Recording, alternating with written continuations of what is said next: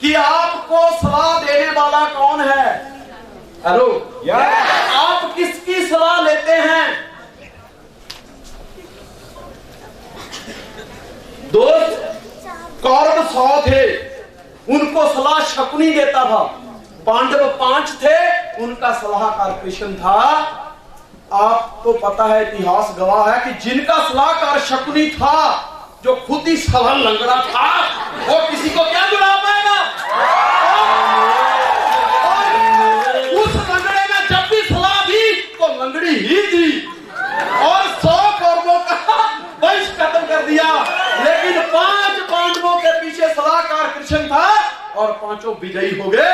ये इस बात पर डिपेंड करता है कि इस सेमिनार के निकलने के बाद, इस सेमिनार से निकलने के बाद आप किसकी सलाह लेते हैं? शकुनी की सलाह लेते हैं या प्रमोद जैसी ग्रेट अपलाइन की सलाह पे चलते हैं?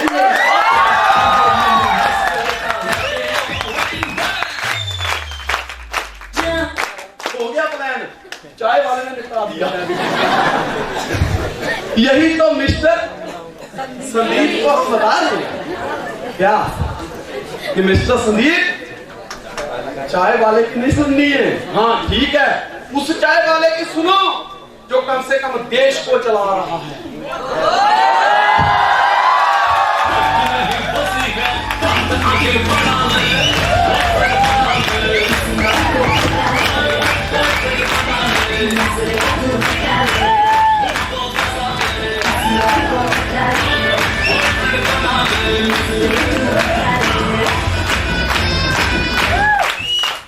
मिस्टर संदीप जी को हमने बताया प्लान क्या चीज है, प्लान के बारे में बताया। प्लान में दोस्तों 5 चीज मेन होती है, ज्यादा कुछ करने की जरूरत नहीं। Treat the person at his mental level, not your mental level. एक मेडिकल स्टोर में आप जाते हैं, वहां से जिंदगी से लेके मौत तक की सारी दवाइयां पड़ी है, लेकिन वो आपको वही देता है जो आपकी प्रिस्क्रिप्शन पे लिखा होता है। Am I right? इसी तरह सामने वाले आपको सबका बहुत ज्यादा नॉलेज है, यहां से लेके चोटी तक का नॉलेज है, लेकिन सामने वाले को उतना नॉलेज नहीं है, वो हाजिर नहीं कर पाएगा। जब आप बात करोगे किसी के साथ 6 लाख रुपए की, तो वो बेहोश होकर गिर पड़ेगा। है 6 लाख हो ही नहीं सकता। इसलिए अगर कोई बंदा 10, 12, 15 हजार रुपया महीने का कहीं से कमा रहा है, तो उसको प्लान 30,000 का करो, 50 पे 30,000 दैट्स ऑल। मत करो आगे प्लान, उसको सिर्फ इतना बोल दो जैसे जैसे ये 50 लोगों का ग्रुप आगे बढ़ता जाएगा, फिर 50 पे आपको 30,000 मिलेगा। वो बोलेगा ऐसे मिलता रहेगा? हाँ मिलता रहेगा। पहली ही मुलाकात, don't use your first weapon in last weapon in first shot. Don't use your last weapon in first shot. अपने आखिरी ब्रह्मास्त्र को पहले ही झटके में खत्म मत करो। हेलो, सस्पेंस क्रिएट करो। दोबारा मिले तो उसको थोड़ा सा प्लान और दिखाओ। दोबारा मिले 3, 4, 5 बार के बाद उसको पूरा प्लान करो, और 8वीं 10वीं के बाद उसको ट्राइंगल के बारे में बताओ, फिर 7 लकी के बारे में बताओ।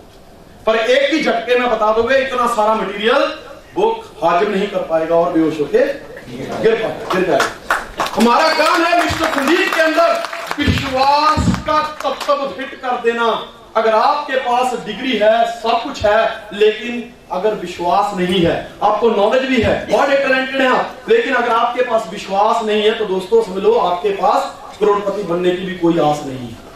हेलो, जैसे कि इस्तेमाल करना होता है कि जिस तरह इस शरीर को चलाने के लिए श्वास की जरूरत होती है, उसी तरह सिस्टम को चलाने के लिए विश्वास।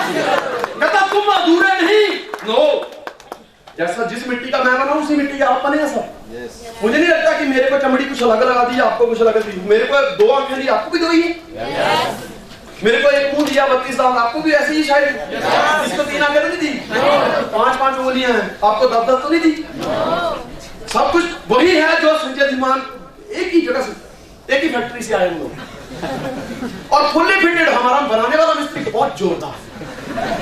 कहते तुम अधूरे नहीं, तुम अब आगे नहीं, पर बात सिर्फ इतनी सी है कि तुम अभी तक जागे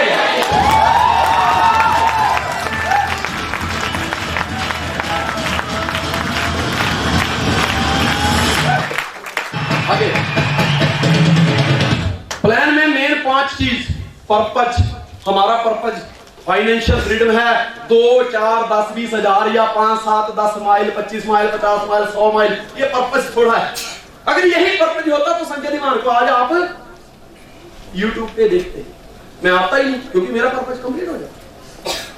बट मेरा पर्पज फाइनेंशियल फ्रीडम है, रिच बनना है, अमीर नहीं। यही तो फर्क है जो फर्क पैदा करता है, और यही चीज लोग समझते हैं। रिच में और अमीर में बड़ा फर्क। रिच का मतलब होता है कि अकाउंट में से 10 लाख आ गया, कोई फर्क नहीं पड़ता, 2-3 लाख चला गया, कोई फर्क नहीं पड़ता, उसको बोलते हैं रिच। अमीर हमेशा हिसाब लगाता रहता है, 2 लाख आया, 50,000 गया, 1.5 लाख, अगले हफ्ते इतना आना चाहिए, इतना आना चाहिए, इतना, वो तो हिसाब लगाता है। वो अमीर है ना, हमको रिच बनना है। हमारी मंजिल है फाइनेंशियल फ्रीडम।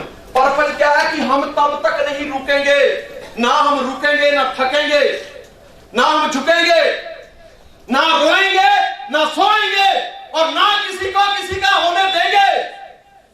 अगर एक बार ड्यू सॉफ्ट का प्लान पकड़ लिया तो किसी भी तरह हमको यहाँ पे अपने पर्पज को पूरा करना है। ये तो होगा, प्रोसेस है, 2, 4, 5 साल, 10 साल लगेंगे, चलेगा। दोस्तों, हम स्कूल में जाते हैं, 10वीं करते हैं, 12वीं करते हैं, उसके बाद कॉलेज में जाते हैं, डिग्री करते हैं। कम से कम 20 से 21 साल के बाद हमारी डिग्री कंप्लीट होती है। जब बाहर जाते हैं तो इंटरव्यू देने पड़ते हैं, और उसके बाद भी संघर्ष, कंपटीशन लड़ना पड़ता है। और जॉब कितने की मिलती है? 20 से 25 हजार रुपए की। मतलब 21 साल तक हम यही सीखते रहे कि 25,000 रुपया महीने का कैसे कमाना है। वहां 21 साल तक सीखा है। यहां पे मिस्टर संदीप जी को यही बताना है कि वहां 21 साल तक रोज प्रैक्टिकल प्लान किया कि 25,000 महीने का कैसे कमाना है। लेकिन यहां पे सिर्फ 4 से 5 साल प्लान कर लो, तुम्हारी ही नहीं, तुम्हारी आने वाली 7 जनरेशन सिक्योर हो जाएगी।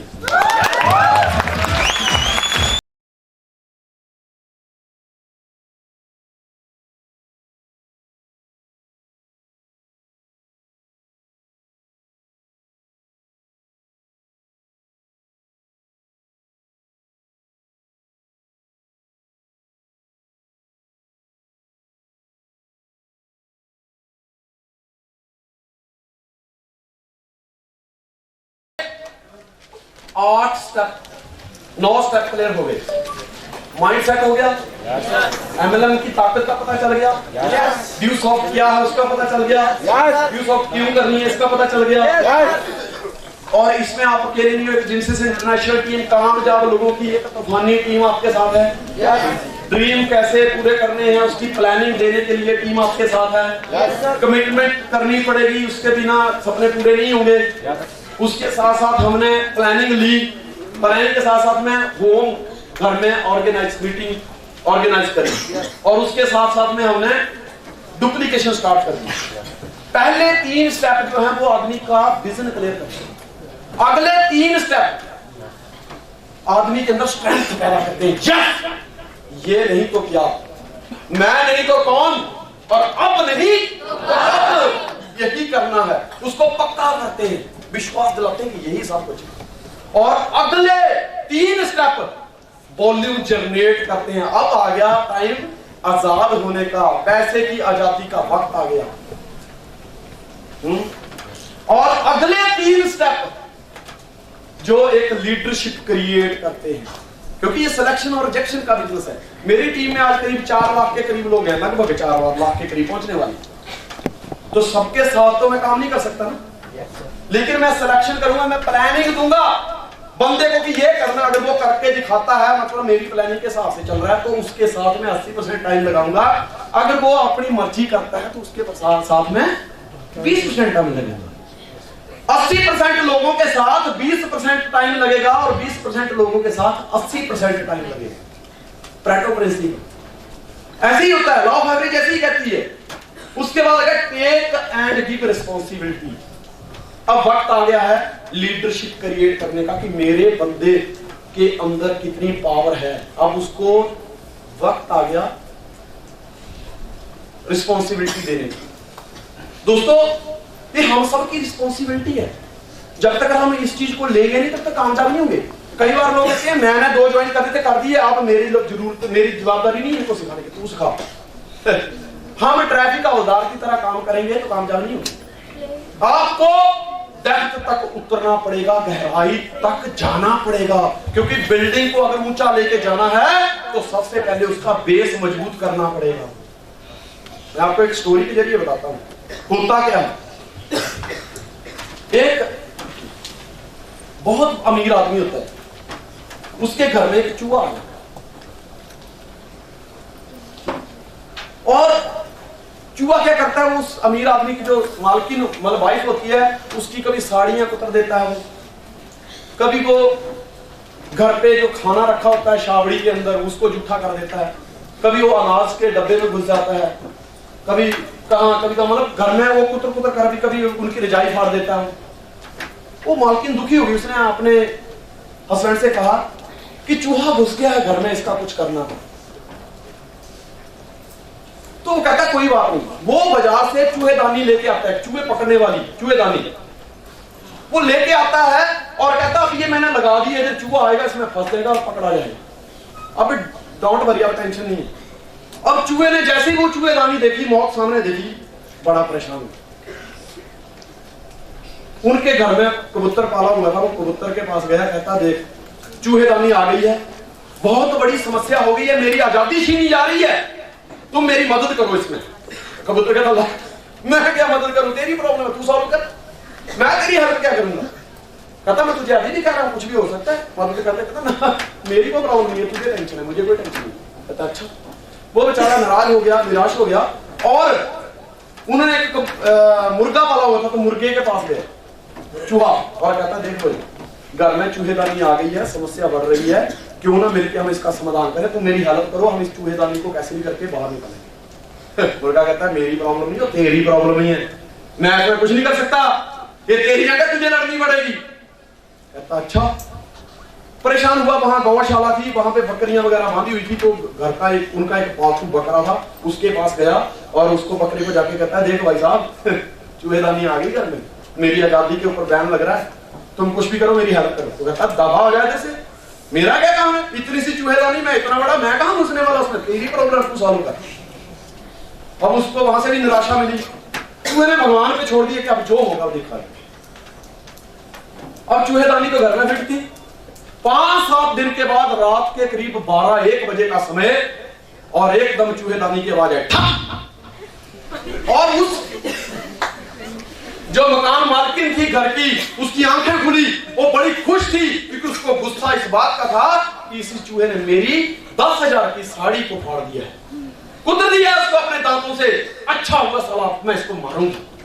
वो अंधेरे में खुशी के मारे उठ के चली गई। अंधेरे में जाके क्या देखती है कि दरअसल उस चूहेदानी में चूहा नहीं, उसको दिखाई नहीं दिया, बल्कि एक सांप की पूंछ आ गई थी और सांप ऐसे ऐसे रेल रहा था, उसको अंधेरे में कुछ दिखाई नहीं दिया। खुशी के मारे उसने जैसे ही चूहेदानी को हाथ डाला और सांप ने तो 3 बार डस दिया। जैसे ही डसा वो चिल्लाई, उसका हस्बैंड भागते हुए वहां गया, उसने लाइट चालू करी तो देखा कि इतना बड़ा सांप, इतना बड़ा मुंह उसको काट लेता है।